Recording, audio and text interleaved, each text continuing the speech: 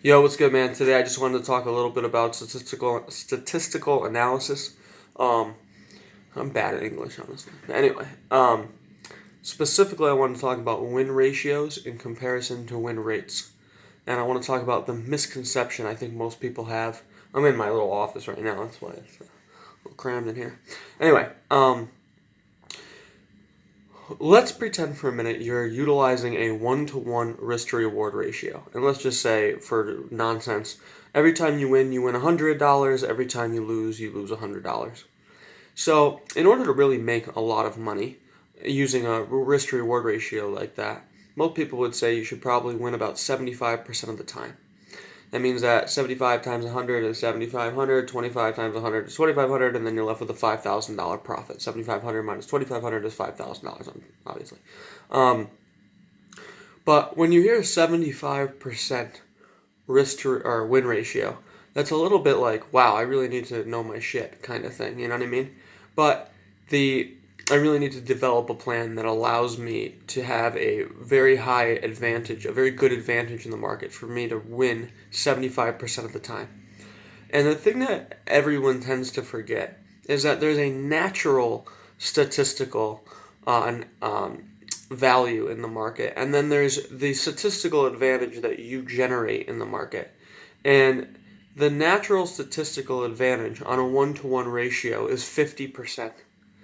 So basically, if you were to close your eyes and trade with, let's say, a 20 tick take profit and a 20 tick stop loss, and you just hit buy, long, short, long, short, long, short, long, short, long, short, and you did that 2,000 times. If commissions and slippage did not exist, you would inevitably just break even at the end of the day. The markets would sometimes you'd win a few in a row, sometimes you'd lose a few in a row, sometimes you'd win some, lose some, win some, lose some. You'd have long losing streaks, long winning streaks, blah, blah, blah. But in the end of the day, when it all said and done, you would basically break even. You might be a couple up or a couple down at any point in time when you particularly stopped. But over thousands of trades, you would end up, if commissions and slippage didn't exist, you would end up at break even again. Because that would look like a sine wave. And I tried to use this whiteboard because everyone else uses whiteboards, but honestly, it didn't work out. I don't want to use a whiteboard. But anyway, you'd have a sine wave over a while, right? And I don't even know if you could see that, really. But anyway, you'd make money, and then lose money, and then make money, and then lose money. And if here's you're starting out at $0, you'd eventually end up, and here's $0, here's $0, here's $0, here's $0, right? So you're ending up at $0 off. And let me get a black marker. This work? Oh, yeah. Yeah. Okay. Right, so you have this sine wave thing. I actually love whiteboards. I use these a lot in my trading. I don't use these a lot in videos. They suck in videos.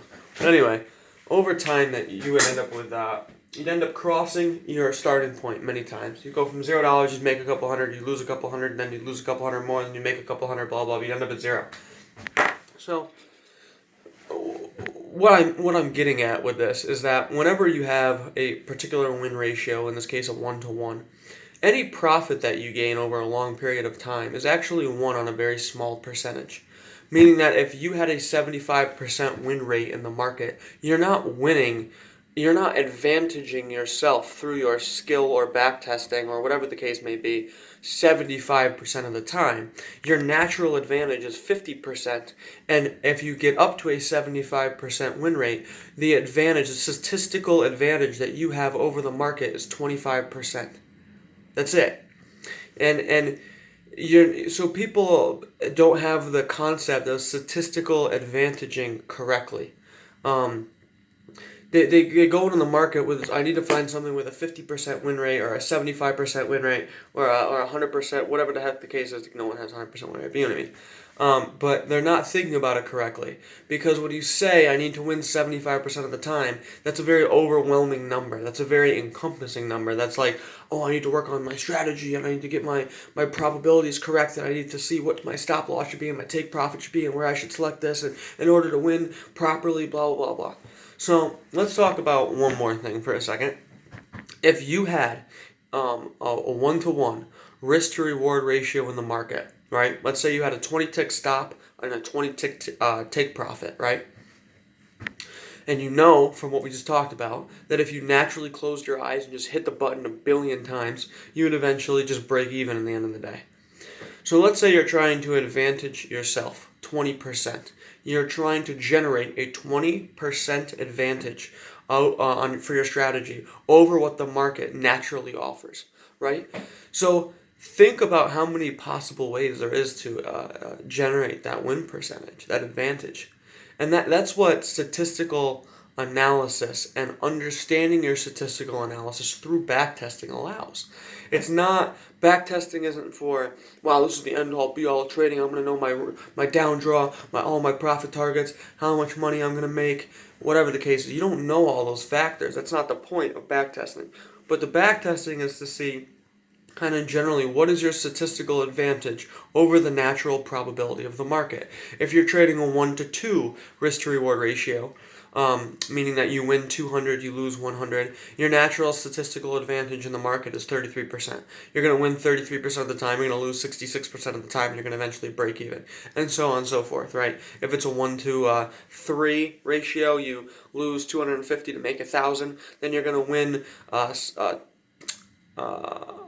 you're going to win 75% of the time. You're going to lose, or you're going to win 25% of the time, lose 75% of the time, and break even. So on the 1-to-1 risk to reward ratio, pretty much, there's so many factors in the market that can allow you just a small statistical advantage to make money. You don't have to be McMaster King Trader 101 guy. Even if you look at, maybe if I move this close. Right? Even if you have, let's say, right, and you have this climb up, right? Let's say that every time price comes back to a previous high, right? Now you buy. So comes up, comes down, it crosses over the high, comes back. You buy at the previous high, comes up, comes back. You buy at the previous high. You're not going to win all the time.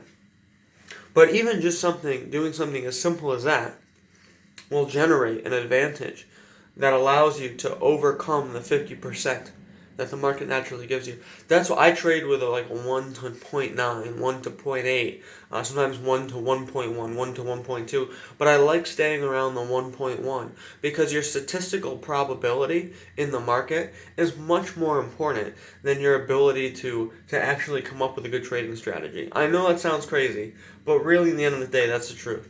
It's far more important that you understand your risk to reward ratio, the statistical probability of you naturally winning the risk to reward ratio, you generating, and then naturally 99% of the information that you learn in the market is trying to show you or having you learn how to generate that small statistical advantage in the market over the natural percentage or win rate. And anyway, that's it. I'm going to upload this to YouTube. I'll send you the link. Really the problem with most trading people online and gurus and the people who have the Lambos and shit, I guess. But anyway. The problem with all that stuff is it's like most of the trading videos I see are like somewhere out there in the ether with the phases of the moon. There's this trading strategy that I'm going to show you, and then they go through like 2 or 3 examples, and then they come up with some kind of profit target and scaling plan, or like they talk about like your playbook and your journal, and you have like your journal where you write down, you should have a journal where you write down exactly what you're going to do every day, but like how you did, and did you follow your plan? And if you can't follow a plan, you just better fuck yourself right off of this business anyway, because it doesn't matter. It doesn't matter how good you make these plans. If you can't follow a plan, you're fucked. You're so fucked it doesn't even matter what else you do anyway. So my point is that all 99.9% of the videos, even by people who I think are good traders, their videos are so like we're just gonna talk about random nonsense. And I make money, but I'm not really going to give you a real strategy that actually works, but I'm going to give you enough information for you to think that I'm giving you information that works, but I'm not really giving, it's like, I don't know, and maybe it's that they don't actually make money. I mean, this business has like a 96% failure rate, but I think instead of emails, because honestly, the emails don't really get us anywhere, I'm going to start making these videos. I'm going to make sure you can see the whiteboard next time. It's weird, every time I lean in, hey, now you can see the whiteboard. But I'm going to start making these videos. I think they're a lot more helpful than the emails and stuff. But anyway, that's that, man. You have a good day. I didn't try to make this too long, and now I'm already at 10 minutes. So I'll talk to you later. You have a wonderful